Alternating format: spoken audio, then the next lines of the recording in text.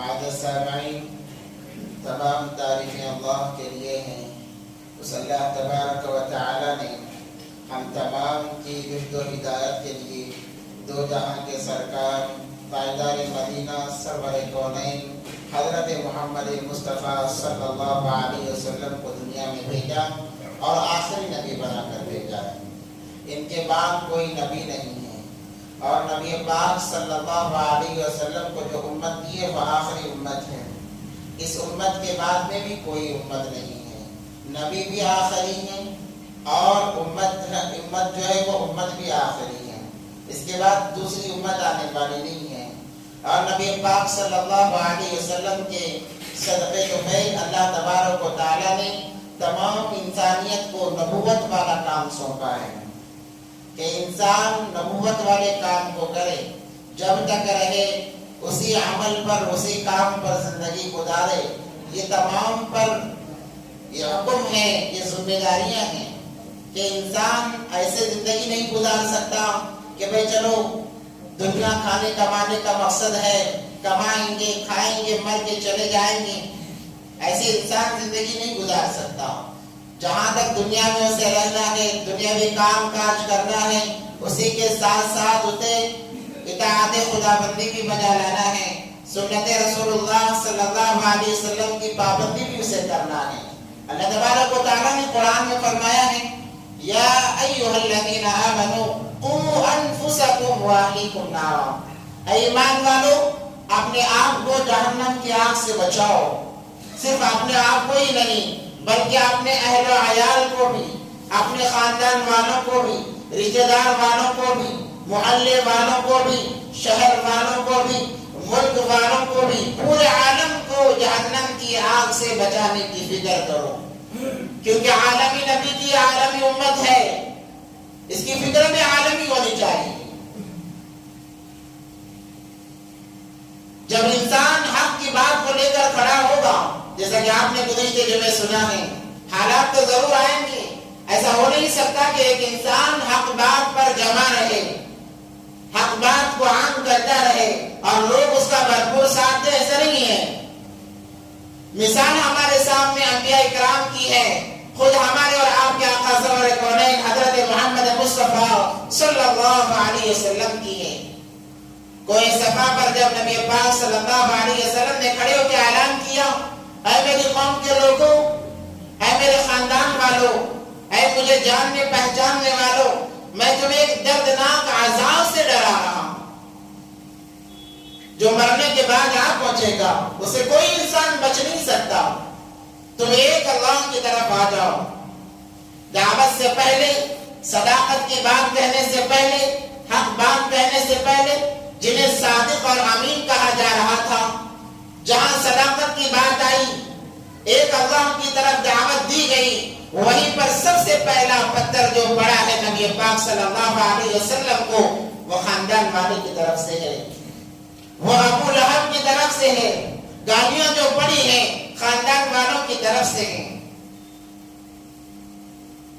مجنون جو کہا جانے لگا خاندان والوں کی طرف سے ہے، پاگل جو کہا جانے لگا خاندان والوں کی طرف سے۔ سب سے پہلے مخالفت خاندان والوں نے کی ہے، محلے والوں نے کی ہے، شہر والوں نے کی ہے، یہ تو ہونا ہی ہے۔ مگر نبی پاک صلی اللہ علیہ وسلم فرماتے ہیں کہ میں دیکھ رہا ہوں میری امت دوڑ کر جہنم میں گرنے کے لیے جا رہی ہے، اور میں ان کی کمر پکڑ پکڑ کر انہیں جہنم سے بچا رہا ہوں۔ جس نبی کی یہ فکر ہو، ایسی فکر ہو، وہ نبی کیسے خاموش بیٹھ سکتے ہیں؟ انہوں نے دعوت کو نہیں چھوڑا بلکہ لگاتار دعوت دیتے رہے، لگاتار دعوت دیتے رہے۔ بعض مقدس ہستیوں نے قبول بھی کیا، جیسے نبی پاک صلی اللہ علیہ وسلم نے ایمان کو اما خدیجہ الکبریٰ رضی اللہ تعالیٰ عنہا پر پیش کیا، فوراً قبول کر لیا، لبیک و سعدیک کہا، ایک لمحہ بھی سوچا نہیں کہ اللہ کے نبی آپ نبی ہیں، آپ جو کہیں گے سچ کہیں گے۔ عورتوں میں سب سے پہلے ایمان قبول کرنے والی حضرت خدیجہ الکبریٰ رضی اللہ تعالی عنہا تھی، جنہوں نے پہلے گواہی دی کہ آپ اللہ کے رسول ہیں۔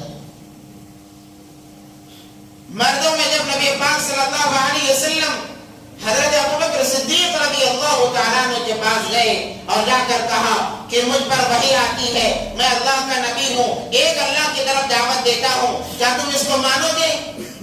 بغیر چوں چلا کے صدیق اکبر نے قبول کر لیا، کہا کہ اللہ کے نبی آپ جو کہیں گے سچ کہیں گے، ہم پر ایمان لاتے ہیں۔ اور یہ صدیق اکبر رضی اللہ تعالیٰ عنہ کی ذات ایسی ہے جنہوں نے جہالت میں بھی کبھی شرک نہیں کیا، کبھی شراب کو ہاتھ نہیں لگایا، جبکہ مکہ والوں کے لیے شراب اپنی جان سے زیادہ محبوب شے تھی، مگر صدیق اکبر رضی اللہ تعالیٰ عنہ اس سے بچے رہے، بتوں کی عبادت کرنے سے بچے رہے۔ تو مردوں میں سب سے پہلے اسلام قبول کرنے والے حضرت ابوبکر صدیق رضی اللہ تعالیٰ عنہ کہ ایک بول پر کھڑے ہو گئے ساتھ دینے کے لیے، جو ہو جائے۔ اور بچوں میں حضرت علی رضی اللہ تعالیٰ عنہ جو کہ نبی پاک صلی اللہ علیہ وسلم ہی کے پاس پرورش پا رہے تھے۔ حضرت علی رضی اللہ تعالیٰ عنہ چچا زاد بھائی بھی ہیں اور پرورش بھی ان کے نبی پاک صلی اللہ علیہ وسلم نے فرمائی ہے۔ بچوں میں انہوں نے سب سے پہلے اسلام قبول کیا۔ غلاموں میں زید بن حارثہ نے رضی اللہ تعالیٰ عنہ نے اسلام قبول کیا۔ یہ مختصر سی جماعت ہو گئی۔ اب کیا کرنا ہے؟ ہر ایک کے پاس جانا ہے، دین کی دعوت دینا ہے۔ جب لوگ سنتے کہ یہ ہمارے بتوں کو برا بھلا کہہ رہے ہیں، گالیاں دے، بلکہ ایک خدا کی طرف بلا رہے ہیں، ہمارے خداؤں کا انکار کرا رہے ہیں، لوگوں کے اندر کا غصہ پھوٹ پڑا۔ دشمنی بتانے والوں میں ابو لہب اور ابو جہل سب سے آگے، سفیان سب سے آگے۔ ایسی تکلیفیں دی گئی نبی پاک صلی اللہ علیہ وسلم کو بیان کرنا مشکل ہے۔ ابو جہل کی بیوی، ابو لہب کی بیوی ام جمیل جسے کہتے ہیں، وہ جنگل جاتی، کانٹے دار جھاڑیوں کو کاٹ کر لاتی، نبی پاک صلی اللہ علیہ وسلم جس راستے سے گزرتے اس راستے میں ڈال کر آ جاتی۔ تکلیف پہنچانے میں کوئی کسر مکے والوں نے نہیں چھوڑی ہے۔ کیوں؟ اس لیے کہ نبی پاک صلی اللہ علیہ وسلم ایک خدا کی طرف بلانے والے ہیں۔ ان کو حسد اس لیے تھا، تکلیف اس لیے تھا کہ ہم 360 خداؤں کو مانتے ہیں اور یہ محمد ہمیں یہ خدا کی طرف بلاتے ہیں، اور ہمارے باپ داداؤں کو گویا کہ ایک معنی ذلیل کر رہے ہیں۔ آج تک کسی نے یہ بات نہیں کہی، آج تک ہمیں بتوں کی عبادت سے کسی نے نہیں روکا، پھر یہ کون ہوتے ہیں ان کو بدتر کہنے والے، ہمارے باپ داداؤں کے دین کو جھوٹا کہنے والے؟ یہ سوچ کر ایسی تکلیفیں پہنچائی گئی، اللہ حفاظت فرمائے۔ نبی پاک صلی اللہ علیہ وسلم جب نماز پڑھ رہے ہوتے، اونٹ کی اوجڑی، اونٹ ذبح کرنے کے بعد میں جو پیٹ کی گندگی ہوتی ہے وہ لے جا کر 2 آدمی پکڑ کر لے جاتے، نبی پاک صلی اللہ علیہ وسلم کے اوپر ڈال دیتے، سجدے کی حالت میں اٹھنا مشکل ہو جاتا۔ اوباش لڑکے نبی پاک صلی اللہ علیہ وسلم کے پیچھے لگا دیے گئے، یہاں تک کہ نبی پاک صلی اللہ علیہ وسلم کے گلے کے اندر رسیاں ڈال کر کھینچا گیا جس سے نشانات پڑ گئے۔ ایک مرتبہ نبی پاک صلی اللہ علیہ وسلم کعبۃ اللہ میں نماز پڑھ رہے تھے، ابو جہل کا اس طرف سے گزر ہوا، دیکھا کہ نماز پڑھ رہے ہیں، اپنے ساتھی سے کہنے لگا کیا کچھ انعام چاہتا ہے؟ کہا کہ ہاں چاہتا ہوں، جاؤ فلاں جگہ اونٹ ذبح ہوا ہے، اس کی اوجڑی پڑی ہوئی ہوگی، لا اور اس کے اوپر ڈال دو۔ وہ لا کر ڈال دیا جاتا ہے۔ نبی پاک صلی اللہ علیہ وسلم کو بہت دقت ہوتی ہے، نماز کے اندر اوپر سے اوجڑی ڈال دی گئی ہے، اٹھا نہیں جا رہا ہے، اور کھڑے ہو کر ہنس رہے ہیں۔ بی بی فاطمہ الزہرا رضی اللہ تعالیٰ عنہ کو کسی نے اطلاع دی کہ تیرے باپ کے ساتھ میں یہ معاملہ کیا جا رہا ہے، وہ دوڑی ہوئی آئی اور آ کر اوجڑی ہٹاتی ہے اور اپنے ابا کو سینے سے لگاتی ہے، یہاں تک کہ نبی پاک صلی اللہ علیہ وسلم کے چہرے مبارک پر تھوکا گیا ہے۔ یوں ہی ہم مسلمان بنے بیٹھے نہیں ہیں، اس کے پیچھے بہت بڑی قربانیاں صحابہ کی، صحابیات کی، خود نبی پاک صلی اللہ علیہ وسلم کی قربانیاں لگی۔ اس کے باوجود دعوت دینا نہیں چھوڑا ہے، دین حق کی طرف بلانا نہیں چھوڑا ہے۔ نبی پاک صلی اللہ علیہ وسلم کو اتنی تکلیفیں اٹھانے کی کوئی ضرورت نہیں تھی۔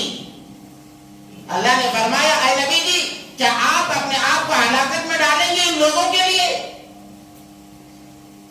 آپ اتنی زیادہ فکر نہ کیا کریں، میں جن کو چاہتا ہوں انہی کو ہدایت دیتا ہوں، آپ ان کے پیچھے اپنے آپ کو اتنا نہ کھپائیں۔ مگر اس کے باوجود نبی پاک صلی اللہ علیہ وسلم ایک ایک امتی کی ایسی فکر کرتے جیسے ماں اپنے بچے کی فکر کرتی ہے، اس سے بھی کئی زیادہ ایک ایک امتی کی فکر کرتے ہیں۔ انسانوں پر سب سے زیادہ اگر کوئی مہربان ہے وہ اللہ تبارک و تعالی ہے، اس کے بعد اگر کوئی مہربان ہے تو دو جہاں کے سردار حضرت محمد مصطفیٰ صلی اللہ علیہ وسلم ہے، ان سے زیادہ انسانوں پر کوئی مہربان نہیں ہو سکتا۔ اسی دعوت کے خاطر نبی پاک صلی اللہ علیہ وسلم کو مارا بھی گیا ہے، یہاں تک کہ ان کے ساتھیوں کو خود صدیق اکبر رضی اللہ تعالیٰ عنہ بڑے مقدس انسان تھے اور مشرکین ان کی تعظیم کیا کرتے۔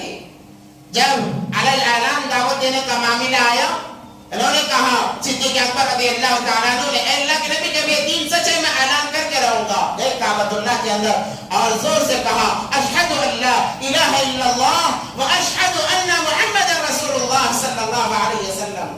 یہ سننا تھا کہ لوگ دوڑ پڑے صدیق اکبر رضی اللہ تعالیٰ عنہ پر اور اتنا مارا کہ بے ہوش ہو گئے، موت کے قریب ہو گئے۔ لوگوں نے یہ سمجھ کر چھوڑا کہ اب یہ مر جائیں گے تھوڑی دیر میں۔ بنو تمیم ان کا خاندان جب معلوم پڑا آئے اور لے جا کر گھر میں سلایا۔ بنو تمیم کہنے لگے اگر آج ان کی موت ہو جائے گی ہم ان کا بدلہ لیں گے، آج اگر ان کی موت ہو جائے گی ہم ان کا بدلہ لیں گے۔ صبح سے شام تک بے ہوش رہے، ایسا مارا گیا صدیق اکبر رضی اللہ تعالیٰ عنہ کو۔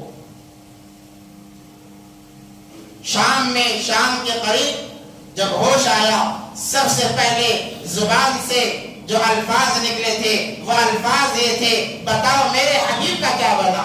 کیونکہ ان کو چھڑانے میں نبی پاک صلی اللہ علیہ وسلم جب آئے چھڑانے کے لیے تو نبی پاک صلی اللہ علیہ وسلم کو بھی مارا گیا، لہو لہان کیا گیا۔ تو سب سے پہلے ان کے زبان مبارک پر یہ الفاظ سے میرے حبیب کا کیا ہوا بتاؤ۔ ان کی امی نے کہا اے میرے بیٹے تیری حالت اتنی خراب ہے، صبح سے تو مدہوش پڑا ہوا ہے، بے ہوشی کے عالم میں تھا اور میں چاہ رہی تھی کہ جب تجھے ہوش آئے کچھ کھلاؤں، مگر تو یہ کہتا ہے کہ میرے حبیب کا کیا بناؤں۔ انہی کی وجہ سے تجھے جو مارا گیا ہے، پھر تیرے زبان پر ان کا نام کیوں کر آتا ہے؟ صدیق اکبر رضی اللہ تعالیٰ نے فرمایا اے امی اس کے اندر اگر میری جان چلی جائے اس حبیب پر ایسے ہزاروں جانیں قربان نہیں، ایسے ہزاروں جانیں قربان نہیں۔ حضرت بلال رضی اللہ تعالیٰ عنہ کے بارے میں آتا ہے کہ انہوں نے جب اسلام قبول کیا، اس کا جو آقا تھا اتنا تکلیف دیتا، رات بھر زنجیر سے باندھا جاتا اور نوجوانوں کو کام پر لگایا جاتا۔ ان کا کام یہی ہوتا کہ رات بھر حضرت بلال کو کوڑے مارے۔ ایک آدمی یہاں تک کہ ابو جہل خود کھڑا ہو کر کوڑے مارتا، جب وہ تھک جاتا دوسرے ساتھی کو دیتا، وہ مارتا، جب وہ تھک جاتا تیسرے کو دیتا، اسی میں ساری کی ساری رات گزر جاتی۔ قصور کیا ہے؟ ایک اللہ پر ایمان لانا، یہی ان کا قصور تھا۔ آج ہم واقعات بڑے مزے سے سنتے ہیں، مگر ذرا تنہائی میں بیٹھ کر ذرا سوچیں، آج ہلکی سی انگلی کٹ جاتی ہے، ہمیں برداشت نہیں ہوتا، ڈاکٹروں کے پاس جاتے ہیں، درد کا انجیکشن لیا جاتا ہے، ٹیبلٹ استعمال کی جاتی ہے تاکہ درد کم ہو جائے، وہاں پر رات بھر مارا جا رہا ہے اس دین کے خاطر۔ آج ہم نے اسی دین کو کھلونا بنایا رکھا ہے، جب ہمارا دل چاہا دین کو بنا لیا، جب دل چاہا دین کو چھوڑ دیا، ہم نے دین کا مذاق بنایا ہوا ہے۔ جب صبح ہوتی گرمی اتنی شدت کی ہوتی، ریت گرم ہو جاتی، پاؤں رکھنا مشکل ہوتا، ویسے ریت پر انہیں الٹا لٹا کر سینے پر چٹان رکھ دی جاتی، مگر حضرت بلال کی زبان سے صرف ایک آواز نکلتی، احد احد احد، اللہ ایک ہے، اللہ ایک ہے۔ نوجوان بچوں کے حوالے کر دیا جاتا، بچے انہیں گلیوں میں مارتے پھرتے۔ جب ظلم حد سے بڑا، صدیق اکبر رضی اللہ تعالیٰ عنہ نے انہیں خریدنے کا ارادہ کیا اور جا کر بات کی، اے فلانے کیا تم اپنے غلام کو بیچو گے؟ انہوں نے کہا یہ تو کچھ کام دام کا ہے نہیں، میرے تو کچھ کام کا ہے نہیں، تمہیں کیا ضرورت اس کی پیش آئی؟ میں خریدنا چاہتا ہوں۔ تو اس نے کہا کیا دام دو گے؟ صدیق اکبر رضی اللہ تعالیٰ نے فرمایا جو تم کہو گے وہ دام دینے کے لیے تیار ہوں۔ تو وہ اپنے ساتھیوں میں گیا اور جا کر کہنے لگتا ہے ابو بکر کا دماغ پھر گیا ہے، ایک کالے کلوٹے بدے بدصورت غلام کے لیے منہ مانگی قیمت دینے کے لیے تیار ہے۔ چلو اس کا مذاق بنائیں گے، اس کا مال بھی لوٹیں گے اور مذاق بھی بنائیں گے۔ آتا ہے اور آ کر کہتا ہے کہ کتنے دینار اگر دو گے تو میں بلال کو تمہارے حوالے کرنے کے لیے تیار ہوں۔ صدیق اکبر رضی اللہ تعالیٰ عنہ چونکہ بڑے مالدار تھے، انہوں نے کہا منظور ہے، منظور ہے۔ تو یہ بڑا خوش ہوا کہ چلو کوئی کام کا تو نہیں تھا، اتنے دینار مل رہے ہیں، چلو بیچ دیتے ہیں۔ بیچ دیا اور کہنے لگا ابو بکر تم نے بہت گھاٹے کا سودا کیا ہے، ابو بکر تم نے بہت گھاٹے کا سودا کیا ہے۔ صدیق اکبر رضی اللہ تعالیٰ عنہ کہنے لگے میں نے گھاٹے کا نہیں بلکہ میں نے سب سے زیادہ نفع کا سودا کیا ہے، میں نے اس کو آزاد کیا ہے، اس کو آزاد کیا ہے جو میرے حبیب کو سب سے زیادہ محبوب ہے صلی اللہ علیہ وسلم۔ میں مختصر عرض کرتا چلا جا رہا ہوں وقت کی قلت کی وجہ سے۔ اور ایک وقت ایسا بھی آیا کہ جب دعوت چلنے لگی 50 کے قریب لوگ ایمان میں داخل ہوئے، مکہ کے بڑے بڑے سرداروں نے سوچا کہ یہ تو زیادہ ہی ہوتا چلا جا رہا ہے، چلو ان کا بائیکاٹ کرتے ہیں۔ نبی پاک صلی اللہ علیہ وسلم کا بائیکاٹ کیا گیا، ایمان والوں کا بائیکاٹ کیا گیا، اور اس کے ساتھ صرف ایمان والے ہی نہیں، صدیق اکبر رضی اللہ عنہ کے خاندان والے، ابو طالب اور ان کے اور دیگر، صرف ابو لہب کو چھوڑ کر تمام کے تمام لوگوں کا بائیکاٹ کیا گیا۔ ایک دو دن نہیں، ایک مہینہ دو مہینہ نہیں، بلکہ مکمل 3 سال تک ان کا بائیکاٹ کیا گیا۔ کوئی ان سے بات نہیں کر سکتا، کوئی ان سے معاملات نہیں کر سکتا، کوئی خرید و فروخت نہیں کر سکتا۔ جو سامان تھا سامان ختم ہو گیا۔ سال میں ایک مرتبہ جب حج کے ایام آتے اجازت ہوتی کہ باہر آئیں، کسی سے بات کیے بغیر جو چیزیں خریدنی ہے خرید کر لے کر چلے جائیں۔ جو سامان تھا مختصر سا سامان تھا ختم ہو گیا۔ بچوں کی آوازیں نکلنے لگی، مشرکین مکہ ان آوازوں کو سن سن کر مزے لیا کرتے تھے۔ بچے بلکنے لگے بھوک کی وجہ سے، کھانا نہ ہونے کی وجہ سے۔ ایک صحابی فرماتے ہیں ایسی بھوک کی حالت تھی کہ پتے بس نہیں آئے، درختوں کے پتے بھی ختم ہو گئے، اب کھانے کے لیے کچھ باقی نہیں رہا۔ وہ کہتے ہیں رات میں ایک مرتبہ میں پیشاب کرنے لگا تو کچھ آواز آئی، میں نے پیشاب بند کیا اور جس جگہ سے آواز آئی دیکھا وہاں چمڑے کا ٹکڑا پڑا ہوا تھا۔ میں نے اس کو اٹھایا اور اس کو دھویا، جلا کر اس کی راکھ اپنے منہ میں رکھا۔ ایسی بھوک کی بےتابی تھی۔ ایسے حالات آنے کے باوجود قربان جائیں ان صحابہ پر، انہوں نے دین کو نہیں چھوڑا، صرف اتنا کہہ دینا تھا کہ چلو ہم اس دین کو چھوڑ دیتے ہیں، تمہارے ساتھ آ جاتے ہیں، تمام معاملے ویسے کے ویسے ہو جاتے۔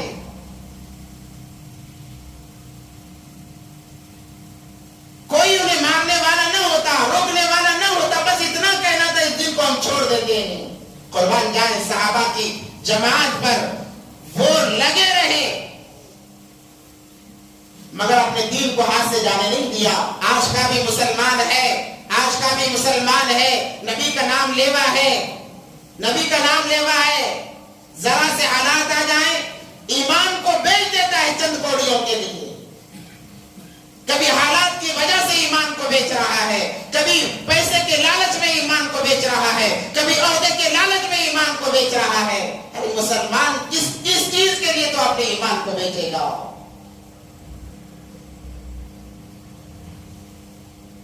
کیا پیسے کے سامنے ایمان کی کوئی اہمیت نہیں ہے؟ عہدے کے سامنے ایمان کی کوئی اہمیت نہیں ہے؟ پھر کیسا مسلمان ہے؟ وہ صحابہ تھے اتنی مشقتیں 3 سال تک لگاتار برداشت کرتے رہے. اس کے بعد نبی پاک صلی اللہ علیہ وسلم نے فرمایا، ایک عہد نامہ لکھ کر انہوں نے کعبے کی دیوار پر لٹکایا ہوا تھا. نبی پاک صلی اللہ علیہ وسلم نے فرمایا جس عہد نامے پر یہ شرائط لکھے گئے تھے اس کو دیمک نے کھا دیا ہے. جہاں پر اللہ کا نام ہے اور بسم اللہ الرحمن الرحیم یا بسم اللہ بس اتنا ہی باقی ہے. ابو طالب نے جب یہ سنا جا کر کہنے لگے کہ میرے بھتیجے نے کہا ہے کہ جس عہد نامہ پر تم نے دستخط کیے تھے، شرائط لکھے تھے، وہ ختم ہو چکا ہے، بس اللہ کا نام باقی ہے اور میرا بھتیجا کبھی جھوٹا نہیں ہو سکتا. جب جا کر دیکھا گیا حقیقی معنوں میں دیمک نے اس کو کھا لیا تھا، تب جا کر ان کا بائیکاٹ ختم ہوا ہے جسے شیخ ابو طالب کہتے ہیں. وہاں سے آئے، ظلم ختم نہیں ہوا، ظلم بڑھ کے ظلم پر ظلم بڑھتے جا رہے ہیں. لوگوں نے حبشہ کی ہجرت کی. جب پتا چلا کہ جن لوگوں نے ہجرت کی حبشہ کے پیچھے سے چلے گئے تاکہ ان کو دوبارہ لائیں اور تکلیفیں دیں، اور یہ تکلیفیں دینے والے اپنے ہوتے تھے، پرائے نہیں. اسی لیے جب انسان حق و صداقت کی بات لے کر کھڑا ہوتا ہے اسے تکلیف دینے والا اپنا ہوتا ہے. آج جو مسلمانوں کے حالات ہیں، بدتر سے بدتر جو حالات ہیں، وہ اپنوں کی غداری کی وجہ سے ہے، اپنوں کی غداری کی وجہ سے ہے. اس سے پہلے کی تاریخ اٹھا کر دیکھ لیں کہ ٹیپو سلطان شہید رحمت اللہ علیہ جو شہید ہوئے ہیں وہ اپنوں کی غداری کی وجہ سے ہے. سراج الدولہ تو شکست پایا ہے، اپنوں کی غداری کی وجہ سے شکست پایا ہے. ہم میں منافق ایسے موجود ہیں جو معلوم نہیں پڑتے، وہ ایمان کے لیے مال اور عہدے کے لیے سب کچھ داؤ پر لگا دیتے ہیں.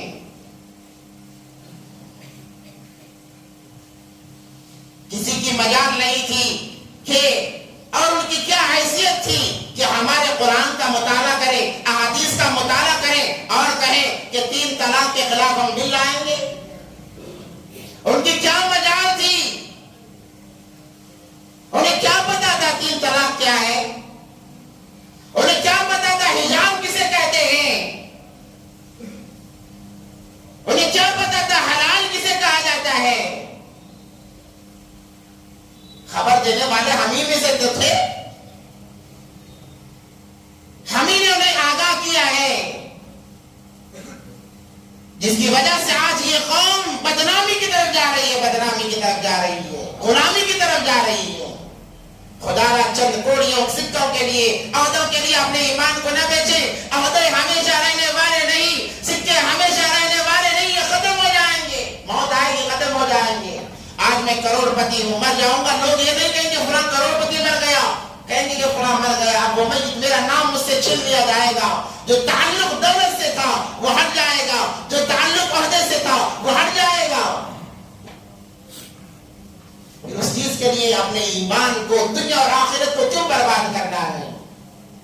تو یہ لوگ حبشہ تک گئے اور وہاں کے نجاشی بادشاہ کے دربار میں بڑے بڑے تحفے تحائف لے گئے. کہنے لگے ہمارے لوگ غداری کر کے یہاں پر آ کر تمہارے ملک میں آباد ہیں، آپ انہیں ہمارے حوالے کر دو. انہوں نے کہا میں پہلے تحقیق کروں گا، اس کے بعد حوالے کروں گا. بلایا گیا، ان کے متعلق کہا گیا کہ وہ تمہارے عیسیٰ کے بارے میں بری باتیں کہتے ہیں. جعفر بن طیار رضی اللہ تعالیٰ عنہ آئے، انہوں نے زبردست تقریر کی.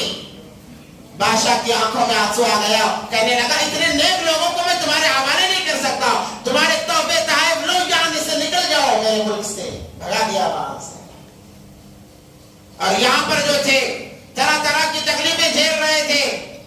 نبی پاک صلی اللہ علیہ وسلم کو ستانے میں کوئی کسر نہیں چھوڑی، مگر ہر وقت خواجہ ابو طالب نبی پاک صلی اللہ علیہ وسلم کا ساتھ دیتے. اتفاق یہ ہوا کہ چچا کا انتقال ہو گیا. جب انتقال ہو گیا ان کی جرأت اور بڑھ گئی، ان اور ہمت آئی کہ چلو اب تو علی اعلان ستائیں گے، قتل کریں گے. چچا کے انتقال کے 10 دن بھی نہیں گزرے، غمگوار بیوی جو ہر وقت میں ہمیشہ باہر کے حالات جب آتے چچا سامنے پہاڑ کے مانند، چٹان کے مانند کھڑے ہو کر ساتھ دیتے. خبردار اگر کسی نے میرے بھتیجے کو ہاتھ میں لگایا. ایک مرتبہ نبی پاک صلی اللہ علیہ وسلم کہیں دور چلے گئے، ڈھونڈنے پر نہیں ملے تو ابو طالب ایسے دیش میں آ گئے. مکے کے تمام سرداروں کو بلایا، تمام سرداروں کو بلایا، دعوت رکھی اور